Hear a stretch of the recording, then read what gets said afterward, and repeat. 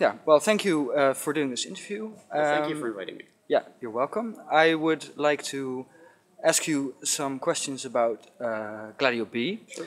On the way over here, I read the transcripts on the Gladio B series with Sibel Edmonds. And I saw the series in 2013, which was kind of mind-blowing. But reading the transcripts now, we're a year ahead, and it really strikes me how well it ties in with current events.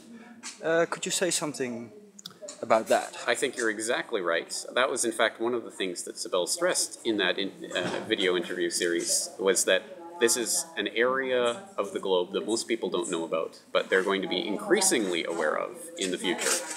And I think that's already started to come true. I mean, for example, we had the Boston bombing, obviously talking about Dagestan suddenly becoming at least something that was mentioned in the news in America.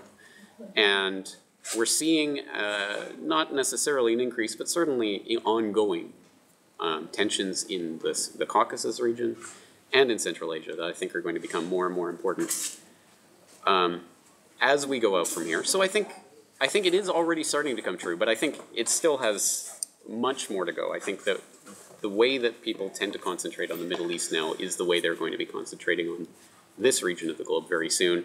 And I think for people who are aware of that video interview series, they're probably already ahead of the curve when it comes to that. And I shared your experience when I was interviewing Sibel with that. I mean, I had a vague idea what we were talking about, but I was learning it at the same time, and it was absolutely mind-blowing for me as well. It put into perspective so many pieces of the puzzle that I had encountered along the way, but that I didn't know exactly how they fit together. And even now, as I'm coming back to it and preparing this lecture here in Groningen, and coming back to some of that information and seeing how it synthesizes in, as I continue to expand my my understanding of it, it continues to blow my mind in some ways. I mean, it just the way that it all fits together. So yeah, I mean, it was a mind-blowing series, and I think it is exceptionally important, and it is going to be more important as events continue to play out. The first time that I saw it, I was a little overwhelmed by the amount of information, the names that are being named from the beginning, like the Mr. Catley, which is the main figure in the first of the series. Reading it again, it becomes a little more clear.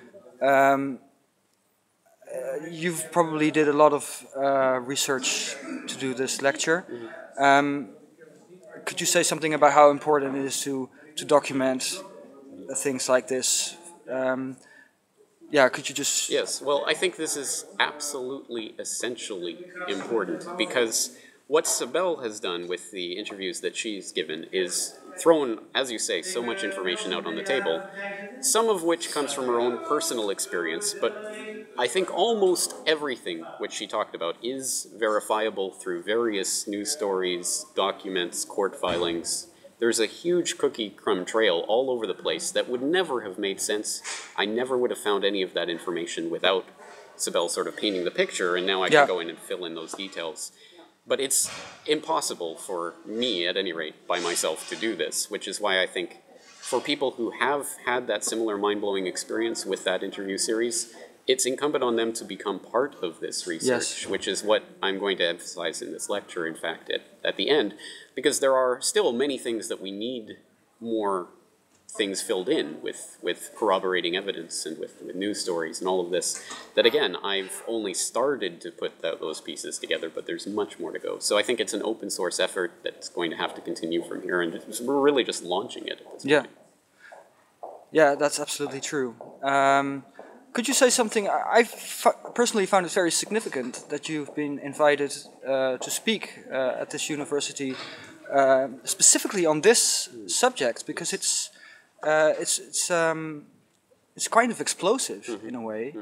How did you get in touch with the people from the university? How did that contact go? Yes, well, I was contacted by Tjeerd Andringa, who is at the University of Groningen. I had interviewed him on my podcast maybe 2 years ago, and so he had suggested this, and Studium General was running a lecture series on geopolitics and resources.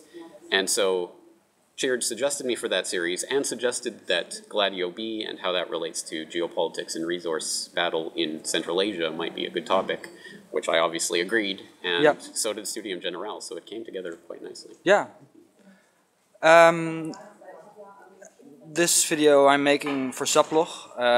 I'm not, officially a part of Sablog. It's just something that I'm involved with on a free basis. How do you say it? You've just recently opened your website up to people that that contribute some money, as little as $1 or 70 euro cents a month. You can be a part of the open source investigation. Yes. Could you say something about what's important in developing an open source community when it comes to intelligence? Yes. Well, I mean, I think the key to this is that it doesn't, the shape that this takes obviously doesn't depend on me or any other individual. It depends on the community itself, which is self-selecting. So it really is what people make of it. And I have been very happy and impressed with some of the things that we've managed to do already, which is, for example, the MH17 report or others like that, that literally hundreds of people contributed to, speaking all sorts of different languages in different parts of the globe. It's incredible. So that's the idea of what we're trying to develop. And we're going from here, we're moving forward.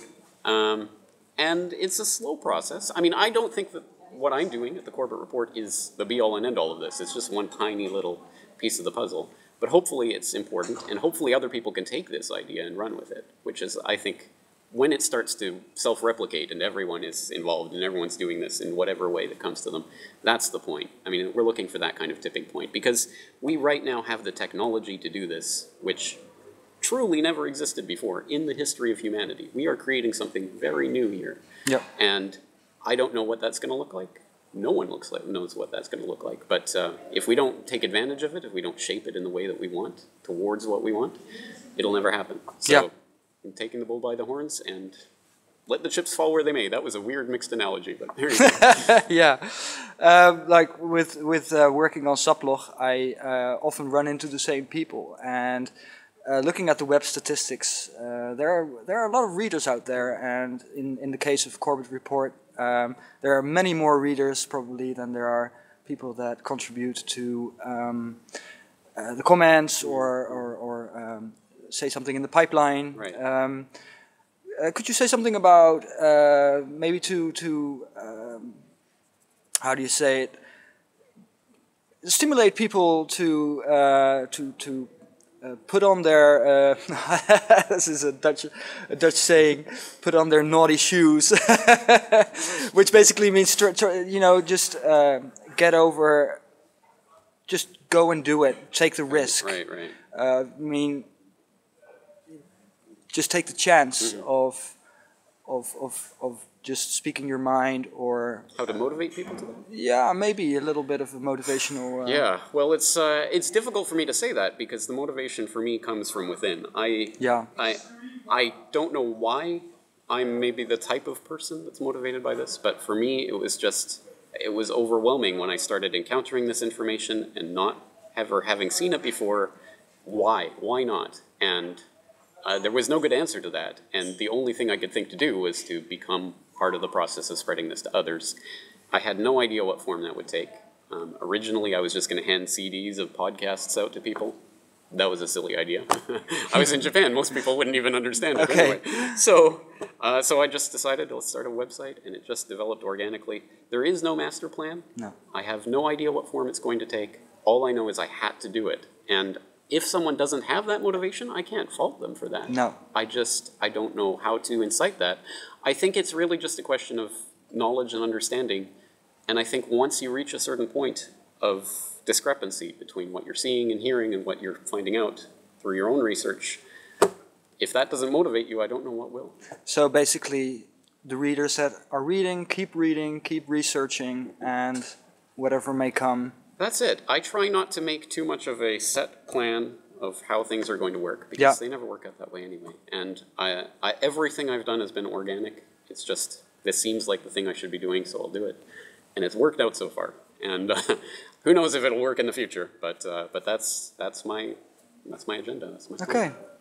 Well, for me personally, this is my first video interview with anyone.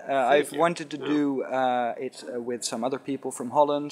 There's I don't know his name, but there's this man that used to work for NRC. He's been in a few RT interviews talking about the propaganda against Russia. And but I thought I'm going to take the chance now and interview you. So well, thank you very much. Thank you for interviewing me. So maybe this is number one of a long series. We'll see. I hope so. Okay, well, thank you very much. Thank you.